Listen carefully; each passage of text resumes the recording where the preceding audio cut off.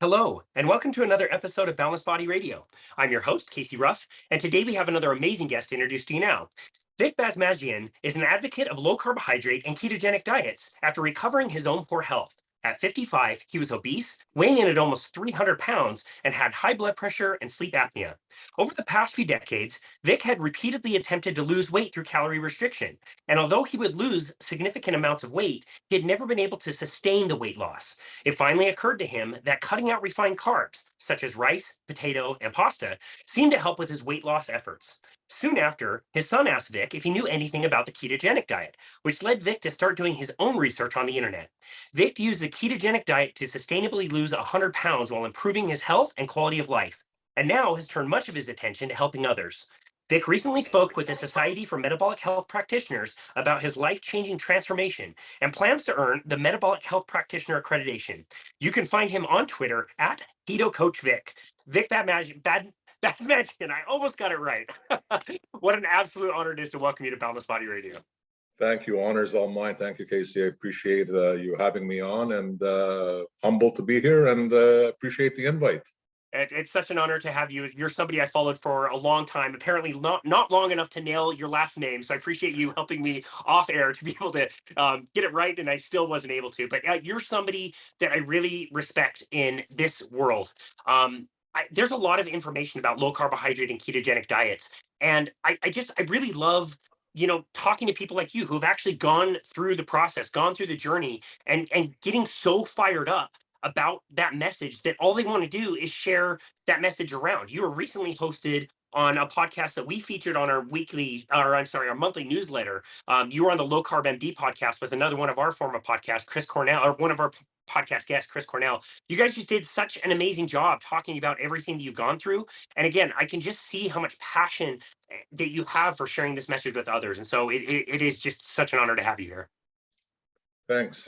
Thanks so much. Yeah, it definitely becomes a passion. It's an auto. How can it not turn into a passion? Something that basically turned your life around, got your health back, and you just see the quality of life that you've been able to obtain by going down this path. And so the passion is there to share it. I was lucky enough to come across this community, the low carb community, and I had many people take me under their wings and teach me and be supportive. So now I've gone to 5 years into this. I'm starting year 6 in January. I think it's time. I've been already engaged in giving back for quite some time now, but it's basically, I feel it's my calling. It's something that I feel compelled to do. I've mentioned this before. With all the information that we have today in this lifestyle, which wasn't available 20, 30 years ago, as I mentioned, I believe on another podcast. There's so much information out there today that people just got to know where to find it. And if it's not spoken about, and if it's not preached about, if it's not put out there, obviously they don't know where to look for it. Yeah. They're certainly, unfortunately, not going to find it in their doctor's office in most cases, unless it's the doctors that have so graciously in our community have put everything on the line. And these are the giants in our community, the doctors that have gone the route of going in their practice and concentrating on this. These are the types of doctors that they will get it through. But then the vast majority who are still in mainstream medicine, they're certainly not going to hear it there. They're actually gonna they're not gonna support it, and they're gonna tell them it's dangerous and it's this and it's that. So you know what? Between the docs that are out there who are doing an amazing job, I think for, as I like to call myself, the lame people need to support them by speaking up about our successes, so that they have something to say, well, here there's this many people having success. So the pushback becomes a little bit easier on them for all the efforts that they're doing. Yeah, absolutely. I think that's the one thing that all of us have in common, and that's what's driving some of these doctors to go find this information. It's the same thing that you learned. It's the same thing that I learned being a personal trainer for over a decade. The standard advice is not working. People are not getting better. They're not getting healthy. They're not losing fat. They're not sustaining weight loss, like we mentioned in your introduction. And you have to get to this certain level of like failing and failing and failing over and over and over to finally drive you to find something different. And then you're right, like it's almost like more than a passion. It's like an obsession. It's like 5 or 6 years ago was the last time I listened to music in my car. Like it's always like a new book, more podcasts, learning more, learning different angles, getting better at presenting it to people and sharing that message. And everybody has a role. And you as a citizen scientist absolutely have a role in that with sharing your message and getting that out there to really help people. So again, I just have so much respect for you and the journey you've been through. I personally have not been through a journey of a lot of weight loss. I was never obese. And so I really want to understand what it was like. How did you experience that weight loss? Was it something that started at a very young age? Was it something you experienced later on? What was it like to deal with extra weight for a period of your life? It's uh, unfortunately it wasn't a period. It's just about the vast majority of my life. I've been battling. I've been battling obesity since 8 years old, 10 years old. I was, for all intensive purposes, they call you chubby back then, but the reality is I was obese at the age of 8, 9. Okay. And so elementary school, being fat shamed by the other children, children could be very, very mean. So gone through the whole fat shaming when I was a child, on to throughout elementary school, into high school, again, oddly enough, so many years back, the obesity level was not, we did not see as many obese people as we see today back then. Okay, so you were actually, if you were obese back then, not that there wasn't anybody, let's say, overweight, but to say clinically obese, there wasn't that many. There was 1, 2, 3 kids. The rest were all pretty fit. Okay, so, and I mean, what I'm going to get to is because I guess at that point, the low fat crap craze hadn't started. So this is somehow explains why there wasn't so many, but we'll talk about that a bit later. So, so went throughout high school overweight. I was probably averaging anywhere from 240 to 250 pounds while I was in high school. So as a teenager, and no attempts of weight loss, no clue of what to do up until right after high school, I would say.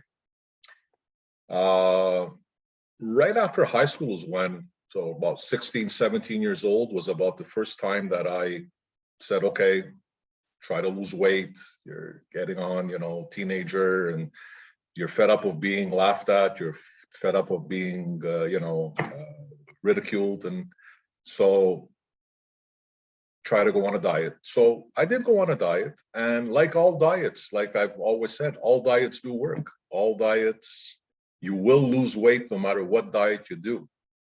The question becomes, how sustainable is it? And none of them were sustainable. As my first attempt, I went down from, if I was at 250, 260, I went as low as the 220s. Was I okay at 220? Probably not. I could have gone down lower, but got down to 220, was still lost, 30, 40 pounds. I don't remember exactly. It's a long time ago. I do remember though very well, it did come back very quickly, okay? Because it's a diet, it has a start date and it has an end date. And once a diet has a start date and an end date, you know that end date is gonna come and it's gonna come back. Not sustainable because you don't change your eating habits. You're just restricting, calorie counting. Oddly enough, they always say that keto or low carb is restrictive. Having done so many diets, so many different things, it's all the other diets that were restrictive as far as I'm concerned. Agreed. It's not keto or low carb. And so starting at the age of 16, multiple times of yo-yo dieting, okay? All the way until the age of 55, okay, is when I started my low carb diet, low carb attempt of when I came across low carb. So probably from 16 to 55, I yo-yo dieted hundreds of pounds. Wow. Up 50, down 50, up 40, down 40, whichever way you want to look at it. And it was never sustainable. I was always hangry. I was not in a good mood. I felt deprived. It was just not sustainable. Low carb, on the other hand, is where I find that, I mean, there's many components that come to low carb of its success, but the key is that you're satiated, okay?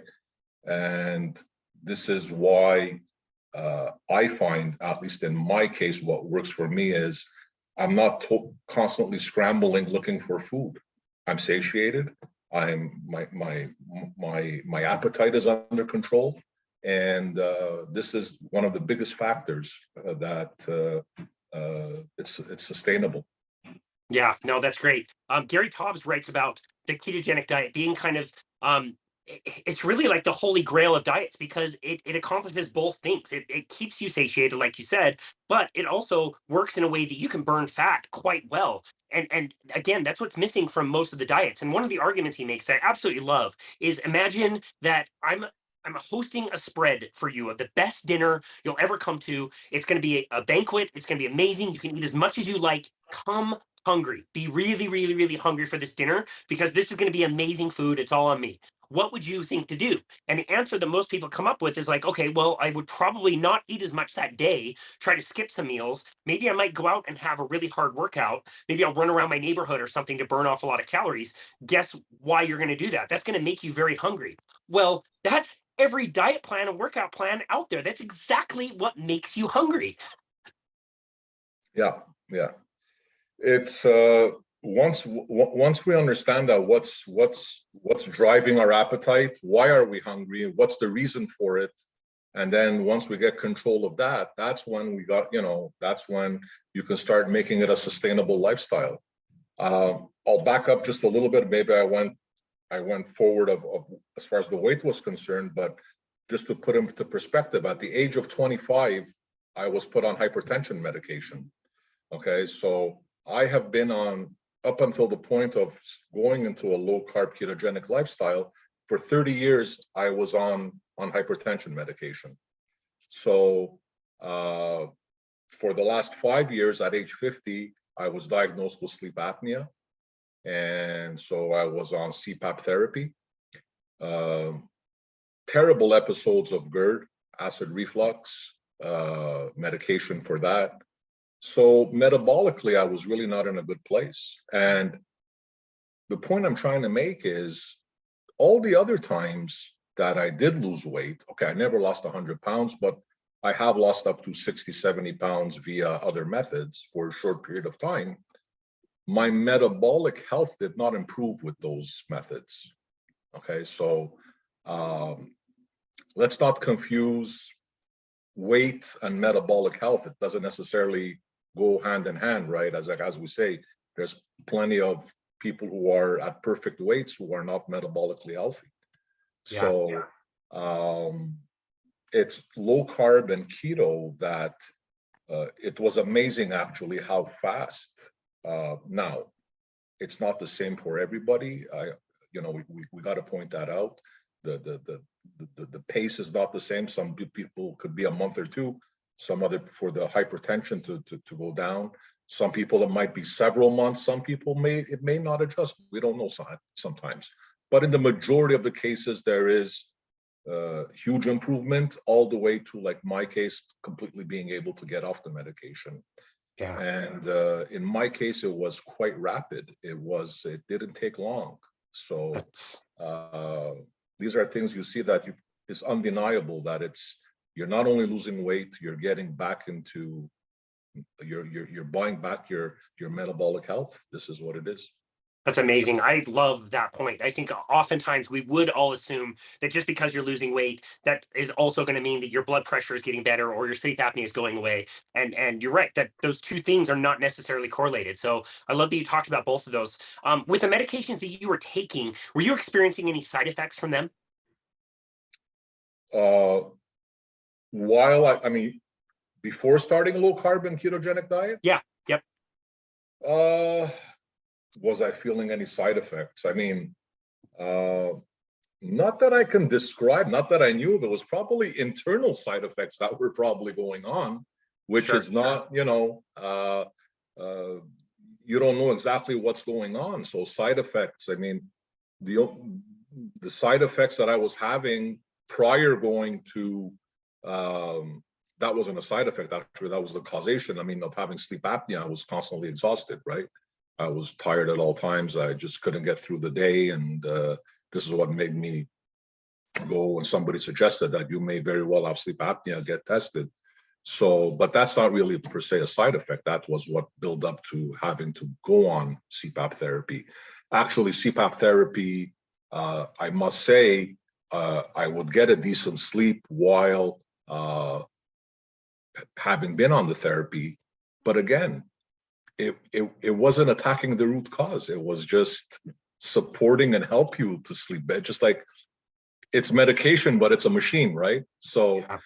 all it's doing is providing you a better airflow, but it's not fixing the cause. It's not, you're not going to get off, you're not going to get off CPAP therapy because you're using a CPAP machine. You're going to keep using it.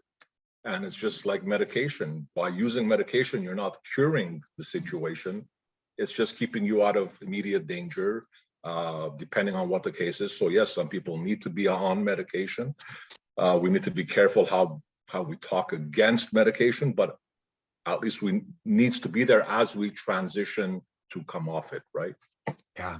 Yeah. No, again, that's a really good point. I love that. Take us back to the person that you were in the past, having lost the weight and regained it, and lost the weight and regained it. Tell us a little bit about the mentality that you were experiencing, feeling like you were, sometimes succeeding, but always in the long term failing over and over again. That has to affect your self esteem and what you think of yourself. Take us back to that kind of mentality. And what was that like? It was almost as if you're convinced that it's a life sentence.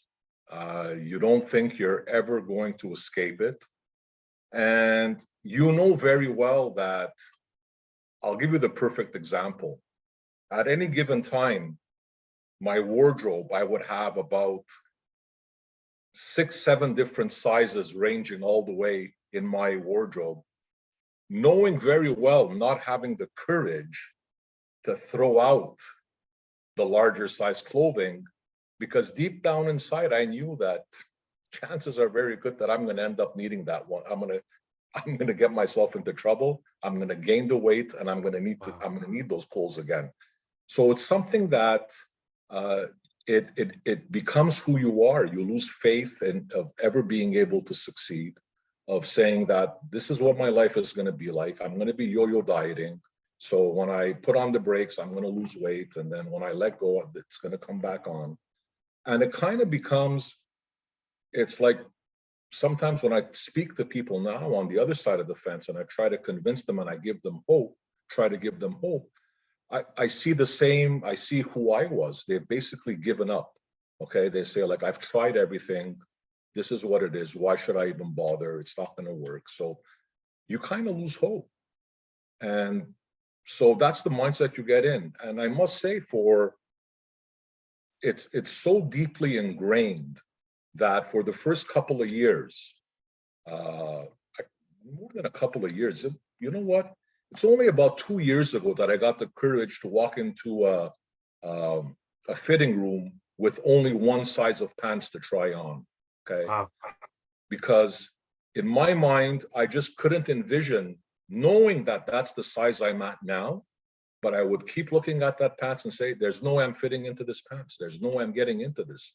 So I take another size with me. But sure enough, the one that I knew was going to fit does fit. But it becomes, the scars run deep. It's tough to get out of it. It's you give up hope. And So when you come across this lifestyle and you finally find what I call the golden key to get out of it, and sustain it, and you're feeling so good, both health-wise and whatever, energy-wise, everything on all spectrums, mentally, your energy, you name it, it's so vastly improved that how could you not be yelling at the top of your lungs and trying to get the message that there is hope? Just stop following that dogmatic old advice of eat less and move more, and which that's the only, and it's still going on. It's the same advice I heard for 40 years, and sadly, it's still the advice that's been being given. And so we're trying the best to yell out loud and get the message out there. Yeah, that's amazing. I love that. For as many people as I sat in front of for like an initial consultation who had those same feelings, like I've done the diet, I've done the workout program, maybe they're motivated now to do it again, but they already know that they failed so many other times. I just think it's so powerful. Your message of, providing hope, restoring hope with people who feel like, like Jason Fung always talks about, it's like blaming the victim. I think it's just absolutely wonderful. So let's go back to the story of you finding a low carbohydrate diet. Tell us how you found it, how you implemented it, and what were your expectations of a low carbohydrate diet in the beginning?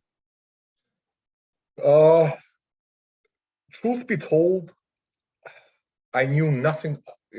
I knew nothing about it. I knew absolutely nothing about it. And but at a certain time frame, a lot of people had started not necessarily using the word low carb or keto as frequently, but I'd come across a lot of people saying, well, you know what, give up your, give up your bread, your rice, your potatoes and pasta, like the most notorious carbs that most people consider, even though there is the worst ones, but those are the ones that people generally, talk about. And they say, you know what, you just cut that out and you're going to see a difference, right? So that's what I did. I basically started off by, I was a huge bread eater, huge pasta, rice, pasta, copious amounts. I'm kind of even embarrassed to tell you what I was able to, the amounts that I was able to eat of that stuff. So I cut it out and surely started seeing the progress and started losing weight. Wasn't, I guess in about a 2-month period, I had lost anywhere from 10 to 15 pounds just by cutting out, those 4 things. And then it occurred to my son, he thought it was, Dad, are you doing the ketogenic diet? And I said, what is that? I don't know what the ketogenic diet is. And he goes, well, he says, I don't know too much about it. He goes, I know a little bit about it, but it seems to me that you're halfway there. It's a little bit more complicated than what you're doing, but look it up, check it out. It's become very popular. So this is how I started looking into it. I started reading up on it, and then I had the good fortune on social media. I came across Dr. Chokalajian, and I came across his story, and so it just kind of reconfirmed and re-cemented my thought of saying that this thing works. Here you have a 350 doctor who used to be 350 pounds, implemented this lifestyle, turned this practice into this. And so there's got to be, the results don't lie. He had posted pictures of, what he's eating, Dr. Cho is, he's well, like we all are now, eggs and fish and meat and Greek yogurt. And I'm looking at all this stuff and I'm saying, I can live on this. I can do this. Why shouldn't I be able to do this, And so I reached out to him on social media, and he was very generous, and, from somebody who you don't know. And, we chatted a little bit, and,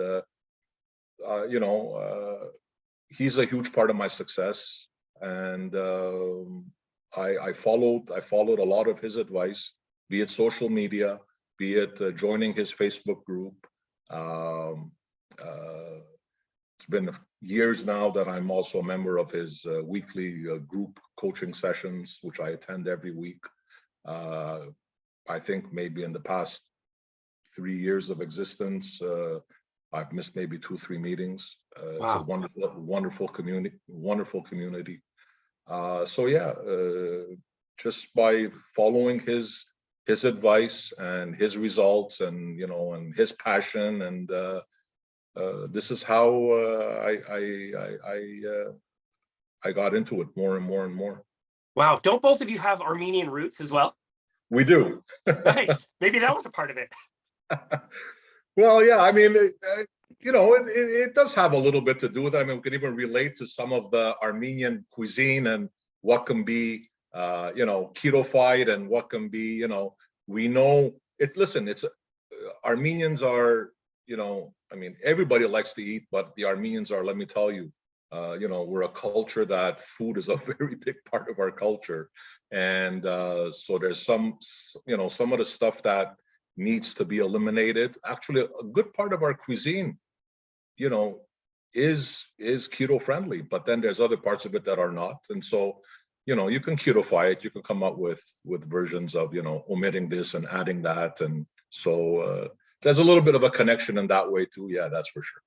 That's great. Oh, I love that. So as you were learning more and more about the ketogenic diet, what things did you continually have to refine from what you were just doing before? I mean, you're right, like cutting out pasta and bread for a lot of people, you might get fantastic results just starting with that. Getting that out of the diet would be really helpful. But what things were you learning over time that you can continually refine to get you even better results? Uh, the first example that comes into my mind, which again, and I'll say this clearly, I'm not one to say that I want to demonize fruits, but fruits was one, for example. Okay, I found that it, more than anything, it would drive my appetite. At the end of the day, it's like we call it, it's nature's candy, right? So it's something that, again, if you wanna control your satiety level, fruits are not going to be your best friend, right? Thank you.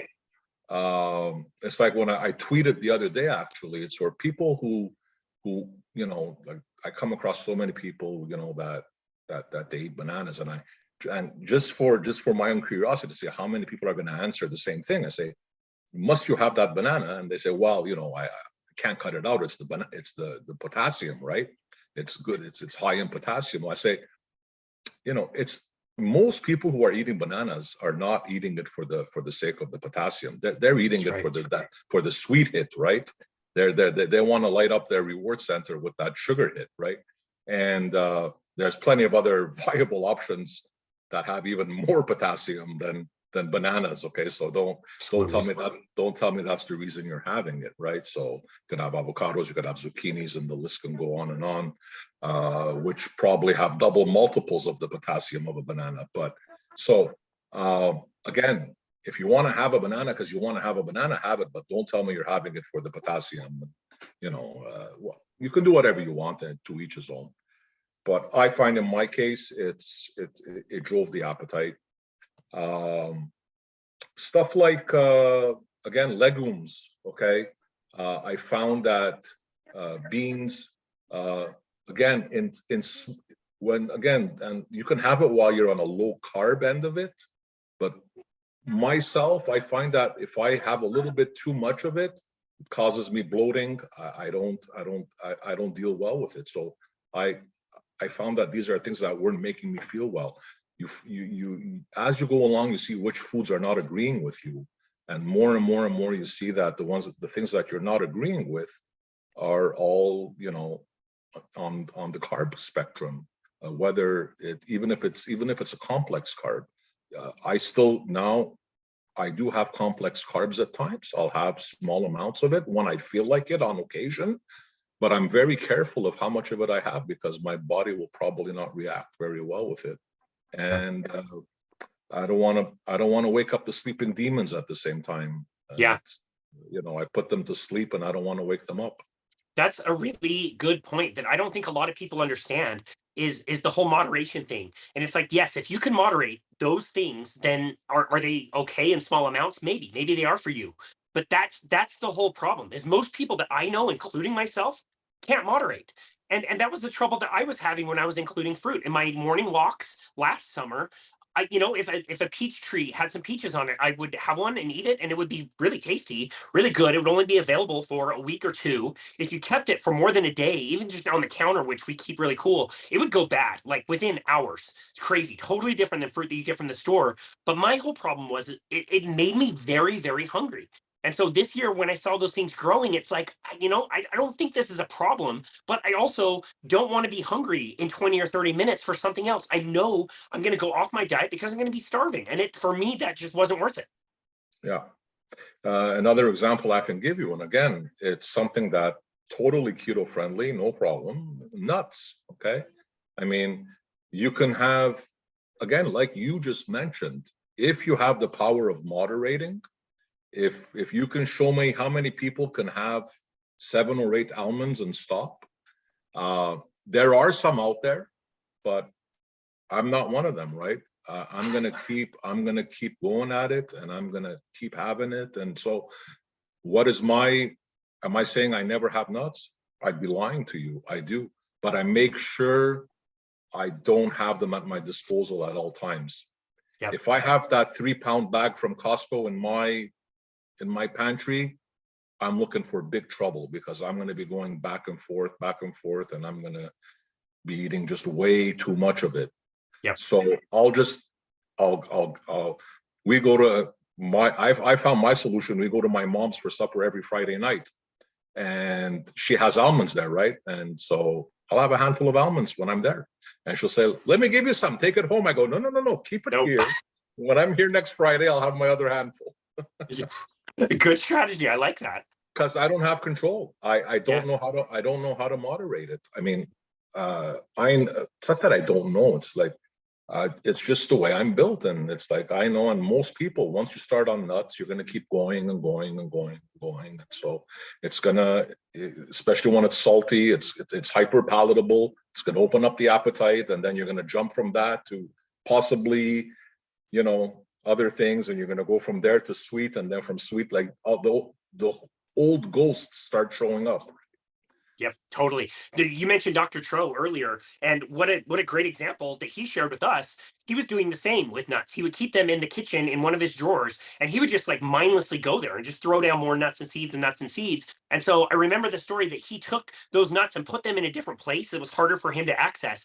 But it took him like literally weeks to not go back to that same drawer. It was such an ingrained habit, and the only way he could break it is to get rid of this stuff, put it up somewhere high. But he would still go to that same drawer looking for the nuts without realizing he'd already taken them out. I think that's a huge problem with some of this stuff as well. Is like not only can you not moderate, but you're not even conscious of the times that you're reaching for the candy at the secretary's desk, or going into the break room, or having another handful of almonds. You're right. Nobody can have 8 almonds. Nobody that I know anyway. I certainly can't. So yeah, I think that's a really good point. So it's basically it's for every. I don't want excuse me. It's not a one size fits all. Okay, so some people can tolerate a certain food, and they can say I can have just one of this and move on, and other people can't. If you're somebody that comes from a heavier or overweight or obese life, chances are you're not a moderator. Okay. I have, every time, if I'm going to get into, again, with these, on Twitter, we're there and we try to do the best we can to help people, but then we end up taking arrows all the time, and people saying, well, why don't you just moderate and this and that? And I'm willing to bet my bottom dollar, the one who's fighting with you nail and tooth that moderation is the way to go is the type of person that throughout their whole life was able to get full on 2 slices of pizza, and they say, I'm done, I'm full, I can't eat anymore, right? So they can't relate to somebody like Vic. When Vic used to eat pizza, he ate 2 slices while the other 2 largest were in the oven. He's just waiting for so they can't relate to that. To them, they've always been throughout their life haven't been big eaters. Their basal metabolic rate is, whatever it was at, and they're just satisfied with small amounts of food, and they've always been like that. They've never dealt with overeating. They've never dealt with overconsumption. So they just can't relate to it. So they say, oh, why can't you just eat everything in moderation? Well, you know what? Walk a couple of years in my path of where I was at in my life, and you'll find out why moderation doesn't work. Yeah, I think I'm jealous more than anything. I think I'm jealous of those people. For me, it wasn't the weight gain, but it's anxiety. If I have sugar, I have very high anxiety. I have to be completely, I have to cut out sugar completely out of my diet. I can't have any. Yesterday was Thanksgiving and I had to pass on the pie. And it sucks, but I know what's going to happen. I know that I'm going to have a 36-hour period after consuming sugar where my anxiety will be through the roof. And it's just, for me, absolutely not worth it. I have to abstain completely. And so, yeah, I get a little bit jealous of the moderators, but you're right. Like I don't think they are able to relate to most of us who, that hunger cycle starts back up again. It could be really it can be very detrimental to people who can't you can't do that. They just can't do that. And I'm one of those as far as that goes. So as we continue with your journey of weight loss, I'm assuming that as you were dialing things in on the ketogenic diet, I'm assuming that your fat loss got better and better. But as we said before, the weight loss and fat loss is one thing, but so is the metabolic health. That's another thing. So what were you noticing with some of the conditions that you were dealing with chronically? Were you already noticing in the very beginning that some of those things were starting to resolve on their own? Well, pertaining to the hypertension mainly, it was probably about 2 months into my journey. And at that point, well, no, maybe more, maybe more like 3-4 months in, lost 30 pounds, 35 pounds. I don't know exactly, but I mean, I was nowhere near the 100-pound loss. Okay. And I vividly remember I was sitting in my backyard and just relaxing in the summer, and I started getting very lightheaded, very, very lightheaded. And I've had blood pressure long enough to know when either, I mean, I never saw the downside of it, but I would always know the feel of it if it's getting higher, but I didn't know what it felt like when it got lower. But so I said, let me just check my blood pressure because I don't feel well, right? So to put it into perspective, I was somebody that even on medication, I was always at borderline hypertensive. I was at 140/90 was as good as it got, even with medication. Okay. So when I felt lightheaded and I got up my blood pressure cuff and I put it on, and sure enough, I was like 90/60. Wow. So obviously, because I was taking it was a combination of still being on full medication and being on this low carb ketogenic lifestyle. So I called up my doctor the day after, and I told him this is the situation, this is what's going on, and blah, blah, blah. So I said, okay, throw out all your medication, and I'm going to re-prescribe you half the dosage. Okay. So he re-prescribed me half the dosage, and I started off with that. And with half the dosage, mind you, so I didn't go back to that 140/90. I was in the 130s over the 85s, around there, and around or 80. And progressively, he kept weaning me off until because the same thing happened again. I started getting lightheaded, and same episode happened, and he said, okay, let's completely stop it. And the rest is history. I've been off hypertensive medication for 4 years now. I had it for so long that I still get nervous at times. So say, can this be true? Is it true? Is this, I don't, so I do once a month still throw on the cuff to make sure, even though I feel great, I throw on the cuff once a month to make sure that everything's in place. So and then the CPAP, I went for another sleep study. I just noticed I was sleeping so much better. And my wife told me that, your spouse sees that you're not, moving around as much, or you're not, if the mask comes off, if you're not moving, you're not snoring, what have you. So I said, you know what, all this weight came off, let's do another sleep study. And sure enough, no need for the CPAP machine either. So That's amazing. yeah. Wow. Well, I think everybody knows that on a ketogenic diet, you have an increase of energy. You're using, you're breaking down fat and you've got an extra energy source in the form of ketones. So the energy goes up. But I'm just curious, what was the combination like of having more energy from ketones, but also getting better sleep, getting really complete sleep? Were you just feeling amazing at that point?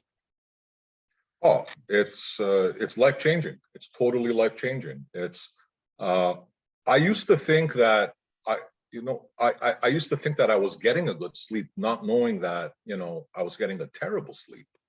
And so you don't know it until you experience it. When you say you're waking up in the morning and you're just like ready to go. You're not sluggish. You're not just like saying, oh, I need to start my day. It's like, and I, for all intents and purposes, but I wake up without an alarm clock at like 4:30, 5 o'clock in the morning, boom, no matter what time I sleep, I'm gauged at that. And I wake up and I got the energy, and you just, something that you never felt before. It's totally life-changing. It's where you used to be somebody that by noon, you couldn't finish your day anymore. You had to get off the road and come home and sleep, to somebody who's just like, you have full of energy, you come home, you're not passing out on the couch, you're going out, you're going for a walk, you're more active. It's totally life-changing. Yeah, Going that's to the amazing. gym now, gym has become a huge part of my life. The energy to go to the gym, that energizes us even more. And I feel so good when I walk out of there, and I'm just ready to tackle the world. It's great. It's great. That's great. Wow, that's amazing. Okay, so perfect segue. I was actually going to ask you about that. So you did this in the way that I believe most people would be best served through doing this. I know there's a lot of different levers that you can pull in health and fitness, and when you start getting wins in one category, it might be easier to get wins in other categories like exercise and sleep and all those other things. I believe from the time that I've been doing this, the best lever to pull in the beginning is nutrition. Get carbohydrates out, make sure you're eating adequate protein, get some healthy fat in the body. I think that's the best one to start getting wins in other categories. So, talking specifically about exercise, when did you start to feel like you even wanted to exercise? Listen, it's a great topic, and like you said, it's again, it's not the same for everybody. One thing I learned, and I learned this from Dr. Cho as well, and because he said it so many times, it's like somebody, for all intents and purposes, when you're at 300 pounds and you're making change into, dietary change, and you're trying to improve yourself, chances are that if you're gonna do any type of aggressive exercise, you're gonna probably end up hurting yourself, right? So something that should be most probably avoided without going into crazy amounts. Now, does this mean you should stay sedentary? Absolutely not. Go for a walk, have movement, do whatever you can do as far as movement is concerned. But yeah, going to the gym per se and doing the kind of workouts that I do now would have not been possible at the very beginning, that's for sure. And I'd probably be risking injury. On the other side of that is like, I've always had a love-hate relationship with exercise. I can't tell you how many times I've, in the past, joined the gyms and burned gym memberships, won a couple of times and never followed through. It's because I didn't really enjoy it. Now, did I not enjoy it because I was two factors? I was probably too heavy and I couldn't exercise properly. And I just felt that, I didn't enjoy it. It was like a form of punishment. Or is it something that what I did, which this time that I've never done, and now I started this path of, I can say, serious exercise. It's been 8 months now. Okay. I started in 2022, and I got myself a trainer.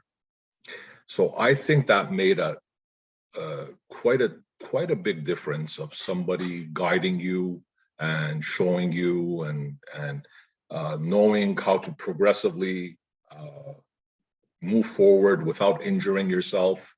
Because probably when you're doing it on your own, you're going to, again, even if you're not overweight, you're going to injure yourself because you're going to push the bar too far. So yeah, it's up to this year, up till 2022, I was doing no more than, I used to walk, and then I took it up to a faster pace walk. And then I used to do a little in the summer, weather permitting. I used to get on my bike. That was the extent of it. But this year is the first year that I really got into lifting and resistance training and pushed it to the next level. Yeah, that's great. Okay, so purely a selfish question. Since I'm a personal trainer, I always love to get the perspective from our clients. What were some of your reservations for hiring a trainer?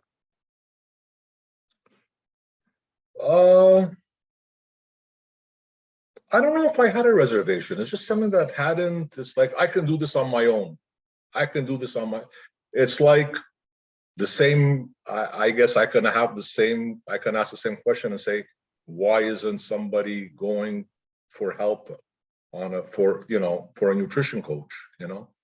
Because everybody thinks that that, and a lot of people very well on both spectrums can do it by themselves, but then other people do need the help, right? So, but I don't think I had anything against personal trainers. It's just that I don't know. I always said I can just go to the gym on my own, and that was my only reason, not because trying to avoid it or say it, and maybe save a couple of bucks are not cheap or.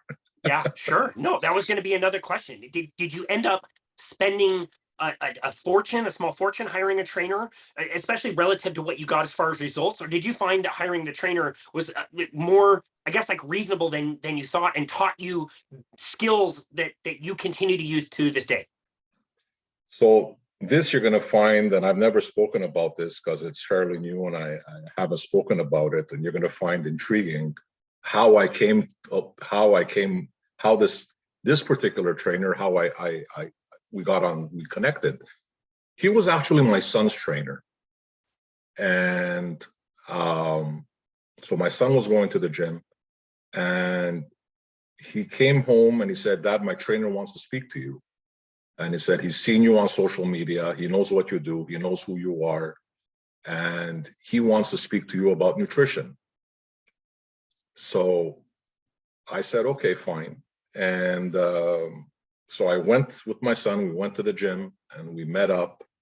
And to give you just a quick perspective of this trainer, he's young. He's in his late 20s. Okay, trainer that was very much in the bodybuilding world. Okay, and at a certain point, he let go. He let go and he went off track nutritionally. And now you have a guy that, for all intents and purposes, was in the kind of shape that can be on the front page of the Ben Weider magazine. Wow. Went to being overweight. And so his nutrition, his eating habits out of whack and what have you. And so contacted me through my son, went in and spoke, and I need help with my diet. And what can, and I was kind of shocked because usually, people like yourself, there's not that many gym people, trainers that are into the low carb, the keto. There's more and more as we go along that we're seeing it a lot more, but it's not very common.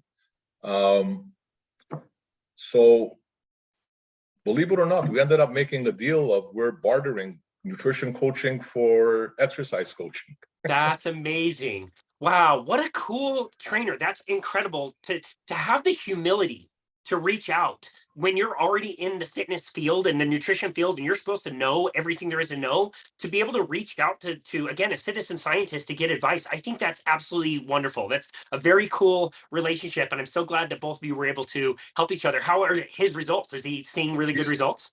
He's doing great. He's doing great.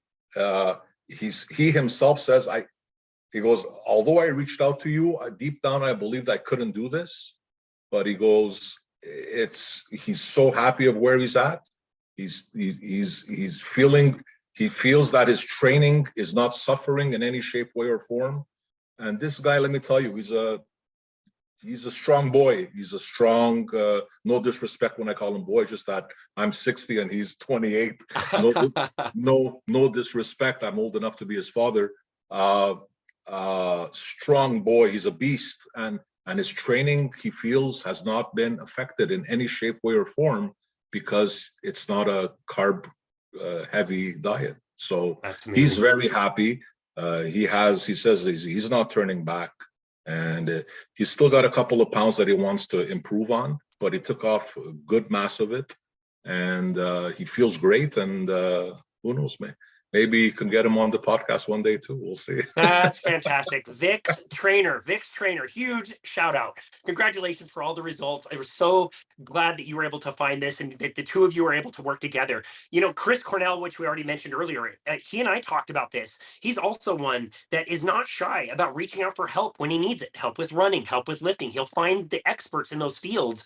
And we talked about this in our episode. Like, it is time well spent. It is money well spent to find the people who can help you the proper way from the beginning, so you're not goofing things up, so that you're not getting hurt, so that you have better perspective from somebody that has not only maybe gone through the journey themselves, but has taken countless amounts of people through their own journeys and helped those people get through successes and seen where people get tripped up. It's money well spent. And so, yeah, kudos to you for reaching out to him. I'm so glad that he reached out for you for nutritional help, and all of us could do a much better job finding experts in those fields and paying them, hiring them to help with what you're seeking. You will get to your results faster. You'll build skill sets that will serve you and those around you for the rest of your life.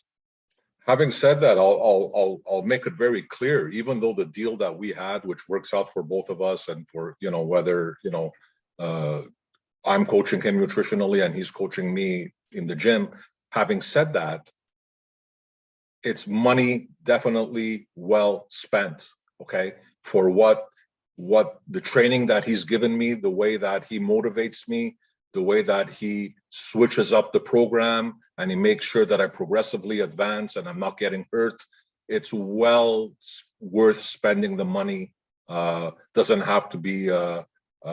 There's no question in my mind that if this didn't happen, what this combination that just happened, which works out great, it still would have been well worth paying full pin and using his services. It's for sure. It's well worth it. Interesting. Okay, one more question from a personal trainer to get the client's perspective. This is somebody who maybe you thought, I don't know, he comes up with exercises, he counts to 12, he creates your programs, but I don't think a lot of people realize how that relationship develops. Is he family to you now? Oh yeah, we're family to each other. It's we're family to each other. It's you're fully trusting a person with the way he's guiding you. You know that you're going to get the results, and you know that he's out for your best interest, and he wants to see you succeed. And yeah, for sure, it's I don't second guess. I don't second guess what he says. I respect what he's recommending. At times I get overexcited, right? And it's like let's say I'm doing a deadlift, and I go, okay, let's go one notch heavier. And it goes, whoa, cowboy, wait, not yet. Let's improve the form. Let's work on the form, and then we'll go heavier, or stuff like that, So, and I respect that. I'm not gonna tell him what level of weights I should be increasing when he knows and he has my best interest that I'm not going to get hurt. Or if he does say, okay, let's throw on some extra plates, I'm liable to get hurt, right? So Yeah, you got to trust his expertise as well, for sure. That's fantastic. That is really encouraging from the client perspective. We feel the same way as personal trainers. Like, my clients are my family for sure. We had people that supported us when we were unemployed during the pandemic, that hired us for our expertise, and even people that we just started with a few weeks ago. Like, these are my family. These are my people. These are the people that my wife and I talk about. We get excited when they have good results, and so I think a lot of people don't realize, that working relationship between a client and a personal trainer can get very intimate, and absolutely are people that I would consider family for sure. That's amazing. I do want to talk to you a little bit about this kind of coaching that you're doing now. Tell us about why you decided to be more open and public with your message, and why you decided to start, getting into coaching and helping people. Uh, like I always say, I find that I had the good fortune of falling into the right hands in this community, whether it's, like I said, mainly started off with Dr. Troll, and it just spread out from there. Okay. Low Carb USA, Society of Metabolic Health Practitioners, listening to so many different podcasts, lots of reading. Like we were chatting before the show, it's like we're saying, I don't know, I just don't watch television anymore. It's either I'm either listening to a podcast, or I'm reading a book, or I'm recording a podcast. Love it. So it's a lot of time invested, but I don't do it out of that I'm forced into it. It's a passion. It's what I look for. And so I'm so passionate about it, and I want to help people with it. And there's so many people that I tell, like, I probably give out more free advice than I do via charging coaching. Okay. It's like, and I don't mind it. That's okay. That's what I've put myself out there, whether it's Twitter. I try to get back to as many direct messages as I can. Some at times I don't get back to all of them, but in a timely fashion, but I do try to do my best to get back to them. And so I tell people, if you just have one or two questions, or if you know what you're doing and you just want a fine-tuning question, I'll be glad to answer it. But if you want me to guide you along the way, and you know nothing about it, and you want to embark, and you want me to follow you and guide you and teach you, and like I said, everybody can go on social media. Are they going to fall on the right? Are they going to fall on the right path? It's a chance you take. It's like, so basically, when you're coming to a coach, they're basically, giving it to you where the right paths, the right social media connections that you should be making, the right podcast you should be listening to, or which, even when it comes down to food recipes, there's some out there that, they call it keto recipe, and it's everything but keto. So do they know if that's, the right page to follow on YouTube? And then, it's not a one size fits all. Man, woman, male, female, age, when it comes, metabolic health. What are the issues? It's not a one size fits all. That's what people don't understand. You can't take somebody else's ketogenic style. Okay, the pillars are the same, but there needs to be adjustments at times, all depending on the person and what their overall metabolic health may be, and what if they have any autoimmune issues. It could be totally different. So I don't get involved into the medical aspect of it. It's out of my scope for sure. And I tell them to hopefully, follow up with their doctors if they do have whatever metabolic issues that they do have. They need to be followed. I try to make that very clear. But I'm there to give people hope. I want people, this information that we have, nobody should have to be obese. Nobody should have to be, okay, we can overindulge at times, whatever, gain a few pounds, but to get to the point of obesity, we know what's driving it. Now we know it's out there. The material is out there. But again, I mean, we'd probably need another hour of your time, is, addiction. Okay. It all comes down to, it's a word that's not used often enough. It's because people get very insulted. You got to be careful how you use the word. While you may have an addiction issue, I'll openly say it. I'm not. It's addiction. It's addiction. It's just the reality. But tell somebody you're addicted to them, and no, I'm not addicted. Well, okay, it's like, you have to be gentle about it. You have to maybe not use the word addiction at times. You can have to say a dependency, or it's drawn, or what have you. We have to be gentle about it, because some people really but in some cases it needs to be said, because it's the only way that they're going to realize that they have a problem. Yeah, no, I agree. I agree completely. And yeah, it is important the way we communicate that message, but it is too bad that people need to suffer through the things that you suffered through in this, day and age of all the information we have, all the people that are executing this and doing so well with it.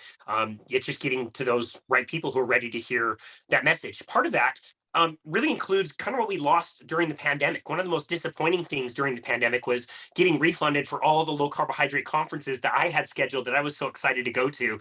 I was at the Low Carb Denver in March of 2020, literally the weekend that everything was shutting down. And so even that conference was really different. The attendance was dropping every single day until Sunday. It was like half the people had already left for home before everything got kind of shut down. And we went that time where you could do online courses, you could do virtual things, and those were fine. But there is something really different when you're with the community in person and learning from people and meeting people and talking with people. Going to low carb Salt Lake City this year in April was absolutely wonderful. It's amazing to meet other people in the workspace, the people that you follow and you respect. And I know that you have at least one on the calendar for next year. So can you tell us a little bit about your low carbohydrate conference and what people can expect if they end up making it there? Yeah, it's I'm so excited. I mean, it's been years that I've been following virtually a lot of these conferences. I've been an attendee on the virtual platform, but I've never had the opportunity to go live. And Boca, the symposium for metabolic health in Boca, January 13 to 15, is being held. Low carb formal, well, it's still Low Carb USA, but they've just rebranded it to the Symposium of Metabolic Health through the Society of Metabolic Health Practitioners. So really looking forward to meeting so many people there that I've gone to develop relationships with, be it on social media or be it on other learning networks. And the day before, actually, the 12th, for those who can get in earlier to the conference, there's going to be another special a special session given strictly on the topic on concentrating on food addiction. So that's an added bonus that's going to be given. So those who can get in early on the 12th, that's an added bonus. Otherwise, the conference is running from the 13th to the 15th in Boca. I'd be glad to see so many people like yourself. Maybe you can surprise me and show up. Well, I would absolutely love to. I would love to have a conversation with you after you get back. Maybe we could do part two. We could talk about addiction. We could talk about your experience at that conference, and what it was like to meet all these people that you've been following. But I'm willing to bet money that you're going to return from that conference and think that all of these people are just as nice and as kind and as amazing in person when the camera's not on them, when they're not recording that and just having conversations with you, than they are when they're putting themselves out there. That was certainly the case. People like Cynthia Thurlow, Bronson Dan, Ben Azadi, like these guys are so nice. It's not a shtick. It's not what they put out on their podcast. They're actually really kind, loving, genuine people, and it's a joy to talk to them and really understand where they're coming from. And yeah, I'm so excited to hear from you and hear about your experience from that show. Yeah, I fully agree. I mean, it's going to be my first show. I have no doubt of what you just said, because I've heard from many other people that exactly echo the same thing you said. Everybody seems to be very genuinely humble and down to earth and Yes. still willing to, and this is what it's all about. You're going there to network and hopefully have some conversation and get to meet the people closer. And I've heard nothing but good things. I've never heard somebody say about so and so is stuck up and they didn't want to talk. And everybody seems to be, not seems to be, is humble and down to earth and willing to share. And so this is what it's these people. If I'll go ahead and call them the giants, when those who are the doctors and the professionals and what have you, who made the move to go into this realm. And so if they're being so humble and gentle with us, why should we not be the same of extending it to other people that don't know anything about it yet, right? So it's paying forward what we received from them. That's the way I look at it, and uh, I feel compelled to do it. I just wouldn't feel right if I didn't. It's something that has to be done. Wow, I completely understand. What an amazing way to end this conversation. Vic Basmadjian, where do you want people to go to find you and connect with you and your work? You can find me. I'm I probably has my second address is on Twitter at Keto Coach Vic is the handle. Um, I make things simple. If you want to follow food ideas, you can follow me on Instagram under the exact same handle. It's Keto Coach Vic. And these are the main places where I'm active on, and then you can see me. You can contact me. You can direct message me. I'll be glad to get back and answer and help in any way I can, or just have some chit chat. That's great. We will make sure to link to all of that in the show notes. Your pictures of food, my friend, look so good. I have to say, if I had to come visit you in Montreal and eat what you eat, I would be a very, very happy person. Vic, this has been an amazing conversation. I love your journey, and having gone through the journey, turned around and being so passionate to share it and feel that calling and step up to the plate and be able to do that in any capacity, I just think is absolutely wonderful. So thank you so very much for everything you've gone through. And thank you so much for taking the time to be on our show today. We really appreciate you. Absolute pleasure, anytime, and thank you for giving me the opportunity. Thank you. It was such an honor. And this has been another episode of Boundless Body Radio.